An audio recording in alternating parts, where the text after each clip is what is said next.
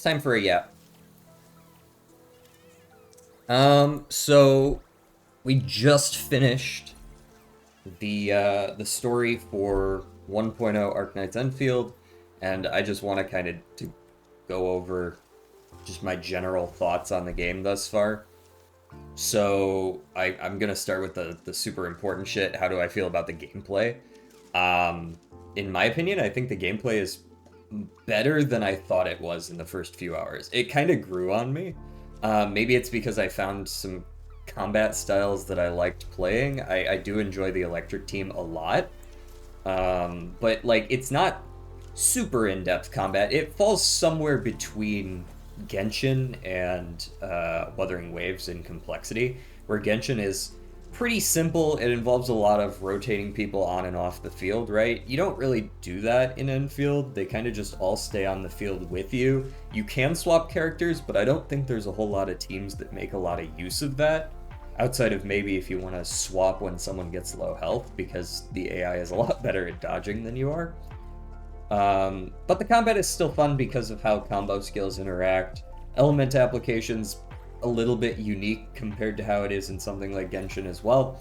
I think it's like a solid 7.5 out of 10 for just the combat. For the factory building half of it, I think this is a really good foundation for a factory building type game. This is, of course, going to weed out a lot of people because some people don't like factory builders. I think they've also done a good job at making that accessible to people who don't necessarily want to interact with it, because you can just take blueprints from other people, and I'm sure there's tons out there. I haven't personally interacted with the system, but it seems like it works fine. I don't hear people complaining about it.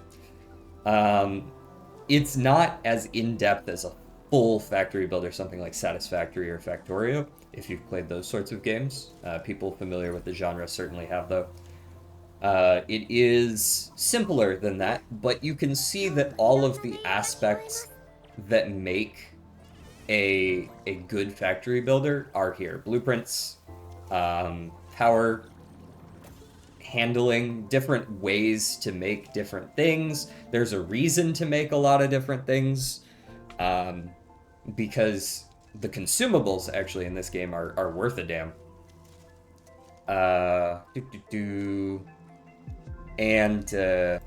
And so you kind of get this thing where you're actually incentivized to build a few different things. It feels like they at least put a little bit of thought into this.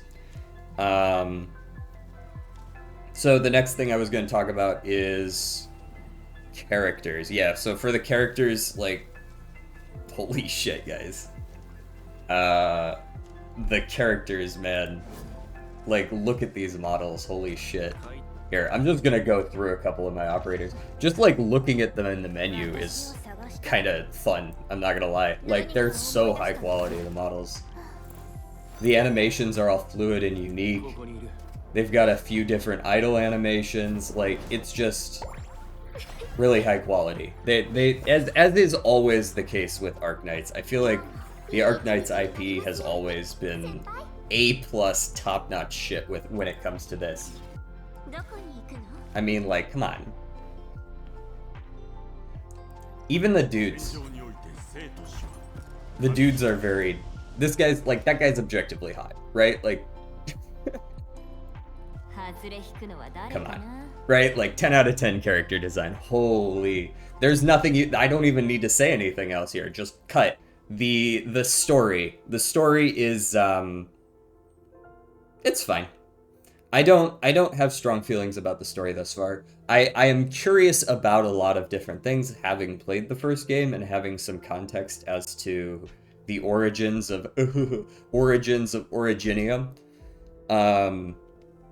And I'm curious where it's gonna go from here, because I'm getting very suspicious vibes from this overt willingness to use Originium, because it was the boogeyman in the first game. It was like the cause of all pain and suffering in the world.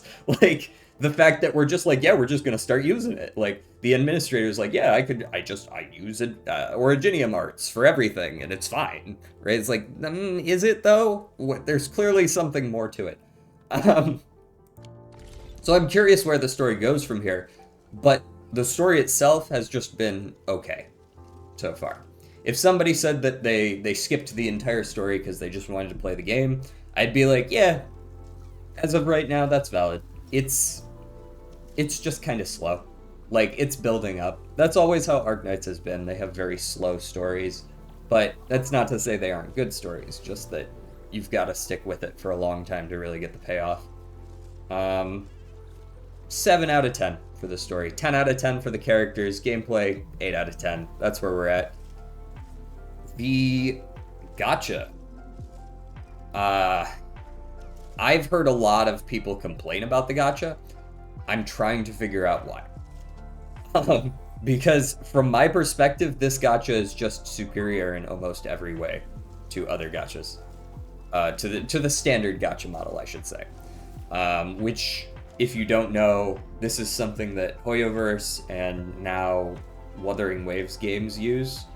It's essentially, you pull to 90, you get like a soft pity when you get close to 90 pulls, so you usually don't go all the way to 90, you usually like stop at 80 if you don't get lucky and get one earlier, right? Usually you get it by 80. You get a 50-50 on that. If you lose the 50-50, you don't get the character you want, you get a different character, but then the next time you pull, you will get the character you want, regardless. So usually, you have to pull around 120 times to get the character you want, because most of the time you pull to 80, and then half the time you gotta pull another 80, right? It might be an 110 average, right?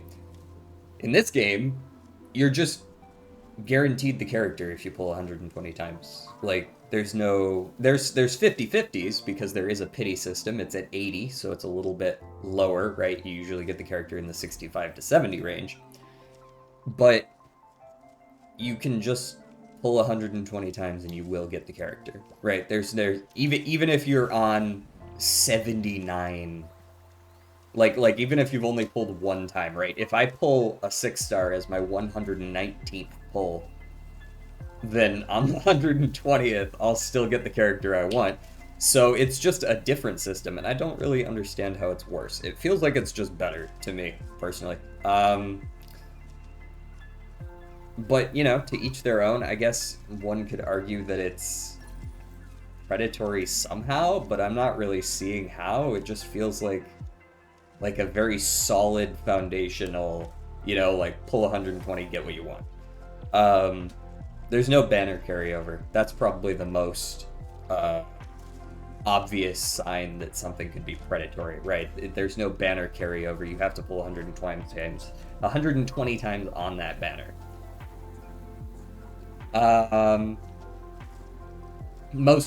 Here, let's read a couple chats here. Most rewards in a Hoyo game are 1/8 of a wish, but in this game it's like 1/15 for rewards, making it way more expensive.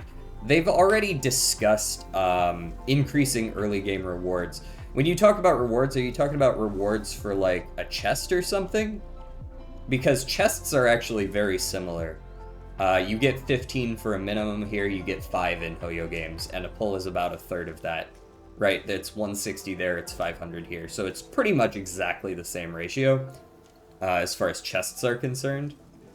Leaving the limited sources in this version of the game. Yeah, there are definitely limited sources, but yeah, the patch notes have already discussed that they're going to be adding more forms of currency, which we'll see what that actually means, because of course pull economy is very important to a gacha. It's more important than the gacha itself, honestly. If they're giving away 700 billion pulls, it doesn't matter if pity's 300 or whatever, right? Like, you could still get what you want eventually. See Azure Lane for a good example of that. We'll see how the pull economy shapes up with endgame modes. No event or no endgame. The endgame's coming out in like 1 or 2 days, I think. Quests, 30 and 40 ore barrel. Check your quest right now.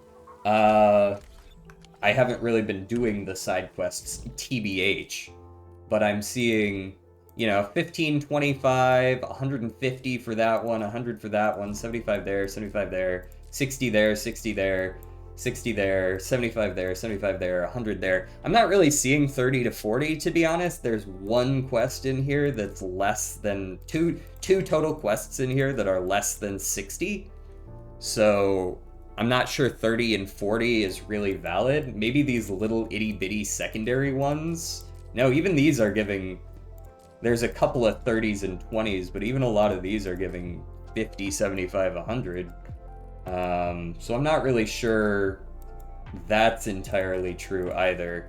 Maybe it's still not that much in relation. I don't actually know off the top of my head what Hoyoverse games give for side quests, but I feel like I remember it being like 20 or 30, which is pretty comparable. They might be a little bit lower, but they're not that much lower if they are. But yeah, again, endgame's coming. We'll see how much that gives as well. Like, I'm also not like trying to defend it here. I'm just saying like just using my eyes here. 30 when wish cost is 160 instead of 500. Yeah, so when you get 100, that's similar, right? When you get 75, it's slightly lower, but not all quests in Hoyo games give 30. Some of them give 20, right? Like some of those side quests give paltry little tiddlywinks as well.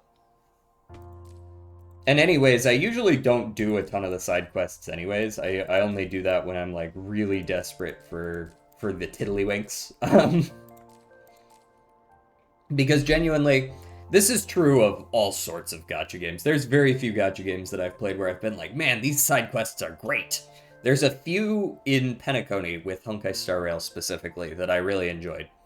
There were some actually kind of interesting side characters for once, and I was like, oh wow, hold on, I'm actually gonna play these. But I feel like most of the time, side quests are just kind of like, don't really care, don't have any attachment to these characters. So anyways, that's my current gacha thoughts. I think the gacha itself is perfectly reasonable. I think that there's actually something sort of anti-predatory about how the weapon system works, which is a different pull currency entirely, which sort of disincentivizes you from pulling, like using your pulls that could go to characters to pull their weapons, right? And I've always found that a little bit of an annoying choice to make. Something like Honkai Star Rail, right? Like, I can only pull half as many characters if I want to pull their weapons. It's not exactly how it works in this game. You get the currency from doing the pulls in the first place. So, like, you just get a weapon on every third operator, give or take, right? Like, it seems alright to me. I kind of like that part of the system, but it's all going to depend on how many pulls we end up getting. If we end up getting half as many pulls as in other games, it's going to suck ass. Right, like that's how it's gonna happen. That's always what it comes down to. But yeah, the last thing I want to talk about is something that we've mentioned a couple times here already, which is responsiveness. We've already gotten what 2-3 maintenance patches, and we're like 2 weeks into this game.